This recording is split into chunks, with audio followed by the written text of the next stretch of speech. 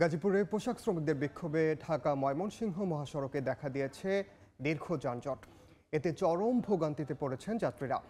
সকাল ৮টা থেকে মহাসড়ক অবরোধ করে রাখেন পোশাক শ্রমিকরা।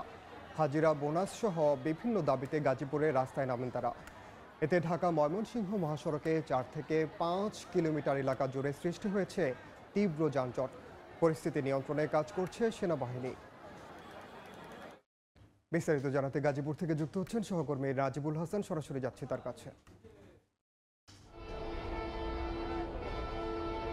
প্রায় ৪ ঘন্টা ধরে ঢাকা ময়মনসিংহ মহাসড়ক অবরোধ করে বিক্ষোভ করছে পোশাক শ্রমিকরা এবং এখন পর্যন্ত কিন্তু ঢাকা যে ময়মনসিংহ মহাসড়ক সেই মহাসড়কের অর্থাৎ বাঘের বাজার এলাকা এখান থেকে আসলে তো মূলত এই অবরোধ শুরু হয়েছে। একটু যদি দেখাই যে এই যে মহাসড়কটি, এই মহাসড়কে এখনো পর্যন্ত কিন্তু মন্ডল গ্রুপের একটি প্রতিষ্ঠানে অর্থাৎ পোশাক কারখানার শ্রমিকরা তাদের যে ন্যায্য দাবি অর্থাৎ বোনাস সহ নাইট বিল আরও কিছু দাবি রয়েছে, এই দাবিগুলো বাস্তবায়নের জন্য তারা মহাসড়কে অবস্থান নিয়েছে এবং থেকে মাওনা পর্যন্ত প্রায় সেই পর্যন্ত যানজট সৃষ্টি হয়েছে। একইভাবে অপর যে অংশটি রয়েছে সেখানেও কিন্তু ৪ কিলোমিটারের উপরে যানজট দেখা দিয়েছে।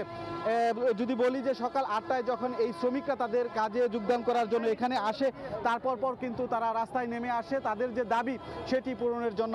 এখন পর্যন্ত কিন্তু তারা রাস্তায় রয়েছে, যদিও আইনশৃঙ্খলা বাহিনীর পক্ষ থেকে অর্থাৎ এই পরিস্থিতি নিয়ন্ত্রণের জন্য সেনাবাহিনীকেও আমরা দেখেছি যে এখানে কাজ করছে এবং এই শ্রমিকদের সঙ্গে কথা বলছেন যে তাদের যে কি দাবি সেই দাবিগুলো আসলে মূলত কিভাবে পূরণ করা যায় সেটিকে মাথায় রেখে কিন্তু কর্তৃপক্ষের সঙ্গে কথা বলছে। আপনারা নিশ্চয়ই দেখতে পাচ্ছেন এই যে মন্ডল গ্রুপের এই কারখানাটি ঢাকা ময়মনসিংহ মহাসড়ক লাগোয়া, এই কারখানা থেকেই মূলত শ্রমিকরা এই রাস্তায় নেমে এসেছে।